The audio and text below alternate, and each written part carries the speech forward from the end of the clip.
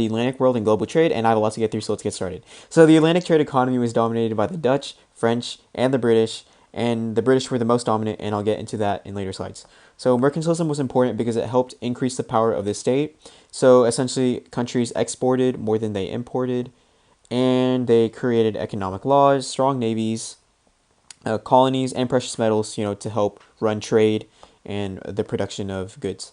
So an example of this is with the Navigation Acts. So essentially, the British uh, required that goods imported and exported had to be on British ships, and they made sure that foreign goods that were purchased were purchased from the British. This helped make sure that all money went to Britain, and it helped promote mercantilism and prevent foreign competition from the Dutch and the French. So with the Dutch, the Anglo-Dutch Wars and the Navigation Acts helped damage Dutch shipping and commerce, and as a result of this, Britain got control of New York, and they kind of fell behind and helped England rise into power. Also, with the French, economic rivalry and this weird balance of power in Europe helped start the War of Spanish Succession, and as a result, the British won, and they got these North American territories and control of the African slave trade. So with the War of Spanish Succession, it was caused by Louis XIV because he accepted the Spanish crown. So essentially, he had power over the French and the Spanish.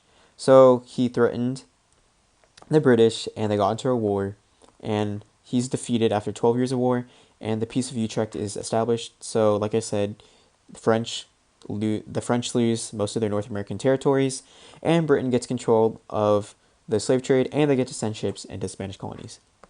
So the War of Austrian Succession, it was caused because the Frederick the Great of Prussia tried to take Silesia of Austria, or he took Silesia from Austria, and it kind of snowballed into a world war, but nothing really happened. It was a stalemate. But then that kind of led into the 7 Years' War, because the French and Austria, which was led by Maria Theresa, they attempted to get Silesia back from Prussia, and also the French and British settlers in North America fought because of territorial disputes.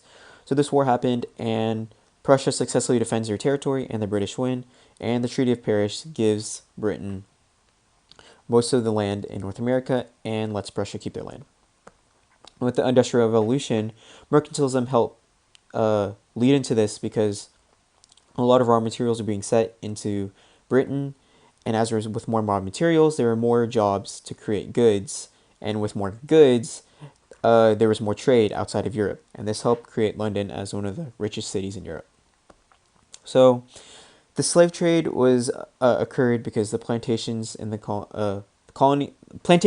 colonies needed labor, and as you can see, a lot of slaves were being brought into the Americas, and they're being stuffed into. Oh, that's a okay. Well, yeah, they're being clustered into these ships, and sickness. It was very disease borne, or it was not very social distanced, and it was very unsanitary. So a lot of slaves died on the way.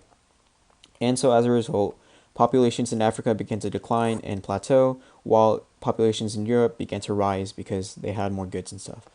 So as a result of the growing slave trade, more people began to know about it, and more people began to go against it.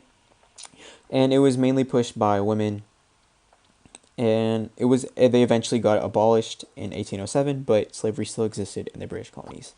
So the Creoles were people born in North America with Spanish blood, and they were mainly upper class, had plantation estates, townhouses, luxury goods, and access to education. So they were really wealthy and powerful people. Religion in the colonies. So the Catholics wanted to convert people. The Protestants didn't. The slave owners did not want to have their slaves baptized, so you can see some discrimination there. And also the Jewish people were being discriminated against in the New World.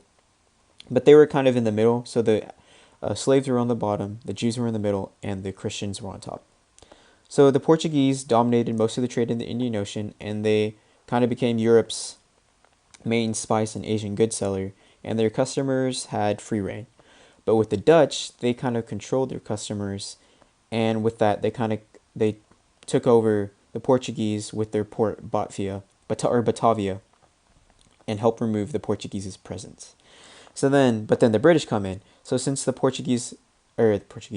Dutch contested the Indian Ocean, the British went to India to help rival them.